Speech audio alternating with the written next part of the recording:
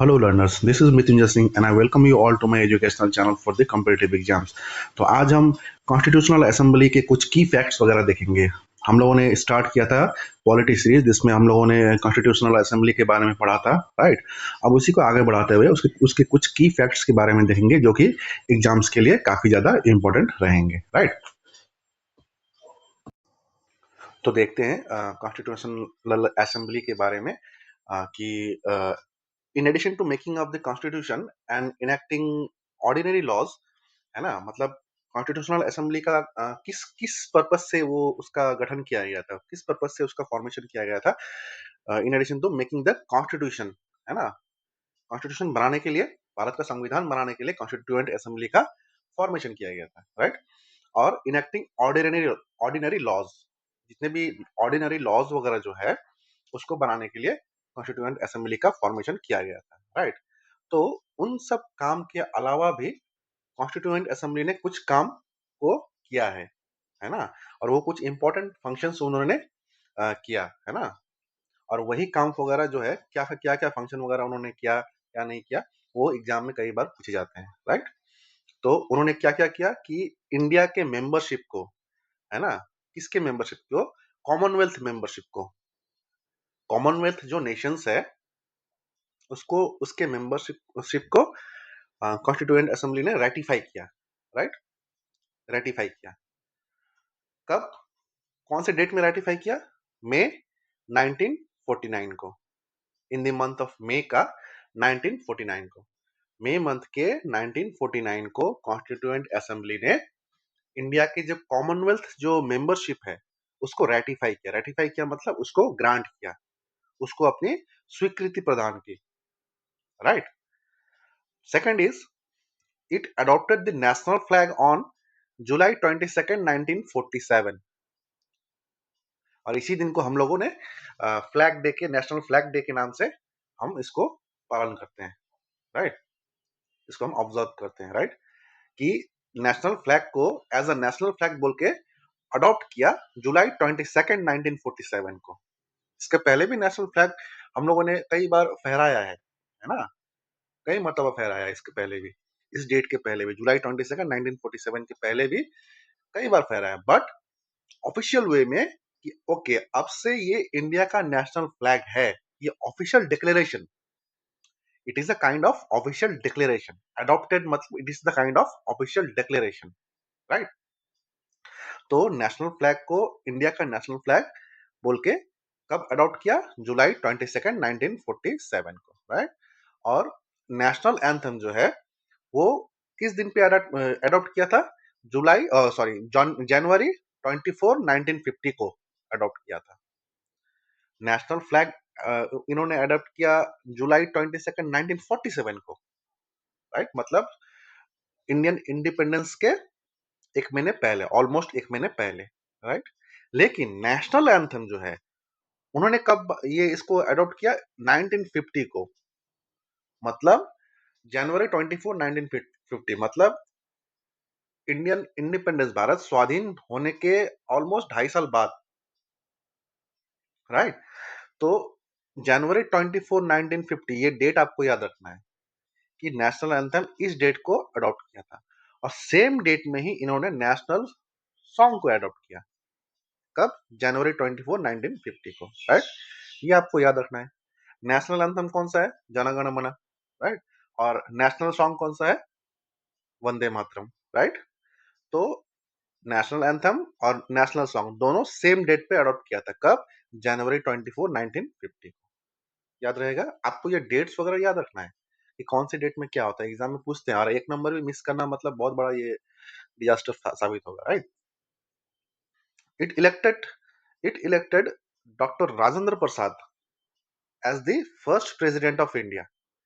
Doctor Rajendra Prasad को इन्होंने as the first president of India elect किया, कब? जनवरी 24 1950 को। ये भी आपको याद रखना है।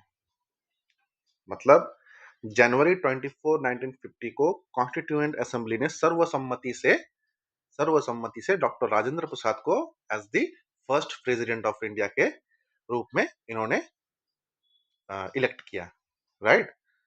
तो हम लोगों ने यहाँ पे क्या किया, हमारा की पॉइंट्स रहेंगे कॉमनवेल्थ, मैंने बस जो जो की वर्ड्स है उसको मैंने यहाँ पे दूसरे कलर से हाईलाइट किया है। क्यों? क्योंकि ताकि आपको समझ में आए कि यहाँ पे किस किस किस चीजों को बस याद रखना है। यहाँ पे कॉमनवेल्थ नेशन के रूप में कब ये इसको रेटिफाई किया, मई 1949 को। नेशनल फ्लैग जुलाई 22 1947। National anthem and national song जनवरी 24 1950। उसके बाद डॉक्टर राजेंद्र प्रसाद को फर्स्ट प्रेसिडेंट ऑफ इंडिया के रूप में कब इलेक्ट किया, जनवरी 24 1950। राइट, इस वे में आपको याद रखना है चीजों को। अब आगे देखते हैं कुछ इंपॉर्टेंट फैक्ट्स वगैरह जो कि एग्जाम में 100% पूछे जाता है। ये आप, और ये आप मिस नहीं कर सकते हो, ये आप गलत भी नहीं कर सकते हो। राइट, तो देखते हैं constituent assembly had 11 sessions. Exam में पूछते हैं आपको कि कितने सेशंस कॉन्स्टिट्यूएंट असेंबली ने कंडक्ट कराए हैं, तो उनके 11 सेशंस हुए हैं। राइट, 11 सेशंस हुए हैं। उसके बाद देखते हैं कि कॉन्स्टिट्यूएंट असेंबली कितने कितने टाइम लगाए है ना ये भारत के संविधान को बनाने में। इंडियन कॉन्स्टिट्यूशन को ड्राफ्ट करने के लिए, इंडियन कॉन्स्टिट्यूशन को फॉर्मेशन करने के लिए इन्होंने कितना वक्त लगाया, तो 2 years 11 month एंड 18 days। 2 11 18 आपको इस वे में याद रखना है। 11 सेशंस हुए, ये आपको याद रखना है। और 2 साल 11 महीने 18 दिन, 2 years 11 months 18 days, इस वे में आपको याद रखना है। तो मैंने देखिए ये नंबर्स को मैंने दूसरे कलर से मार्क किया है ताकि आपको समझ में आए कि ओके यहाँ पे ये वर्ड्स हैं, है ना। 2 years 11 months 18 days, राइट, और 11 सेशंस याद रखना है आपको। ये एग्जाम में आते हैं, डेफिनेटली आते हैं एग्जाम में। Final session of the constituent assembly. Constituent assembly का काम क्या था? इनका काम था इंडियन कॉन्स्टिट्यूशन को, भारत के संविधान को बनाना। राइट, अब उसका फाइनल सेशन कब हुआ? अब बन के तैयार हो गया, ओके अब फाइनल सेशन बनाना है ना। फाइनल सेशन ये एक लास्ट सेशन है कॉन्स्टिट्यूएंट असेंबली का।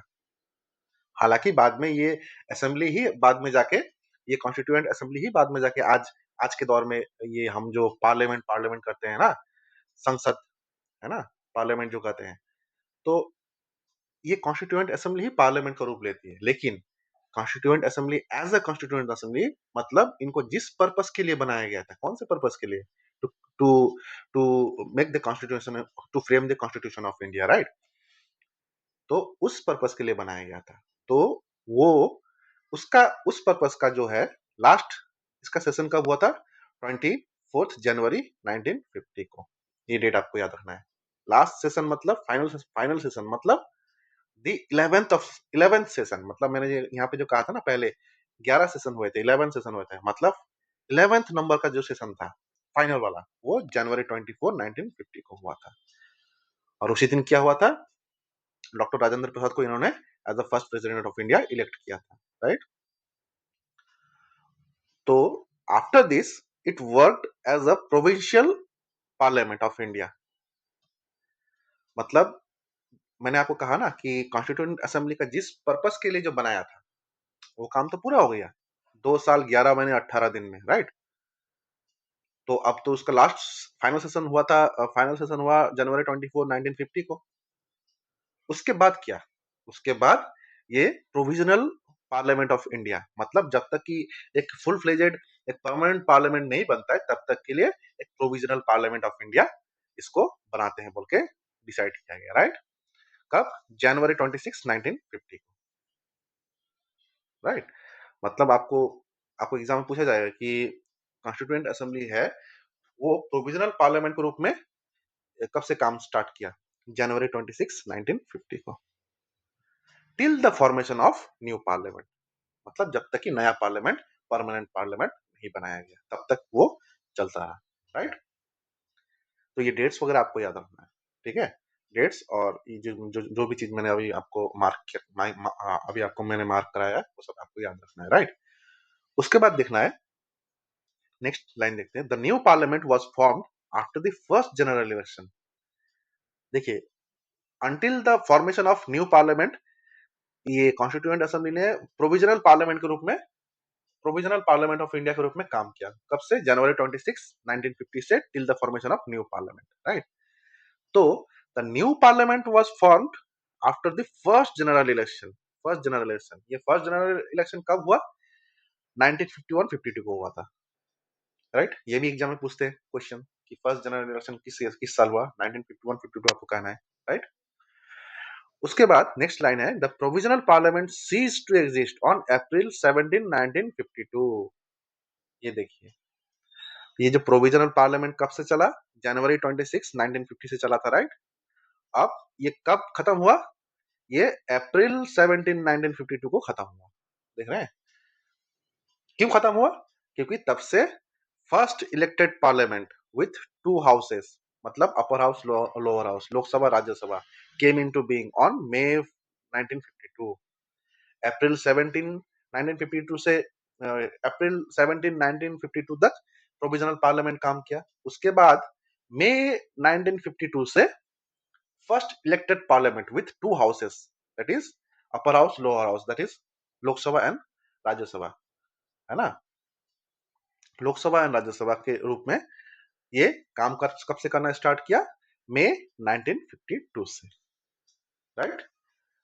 तो ये सब कुछ की पॉइंट्स है जो आपको 100% याद रखने हैं, और ये एक बार में होगा नहीं, आपको बार बार इसको रिवाइज करना है, राइट? आप अपना सेल्फ नोट बनाइए, है ना? आप अपना सेल्फ नोट बनाइए इस वीडियोस को देखते हुए, और बार बार इसको रिवाइज कीजिए, जिससे कि ये आपके दिमाग में छप जाए। ये एक बार में याद होगा नहीं, राइट? तो this was all about the Constituent Assembly and its some of its key points that is absolutely important for the competitive exams, right?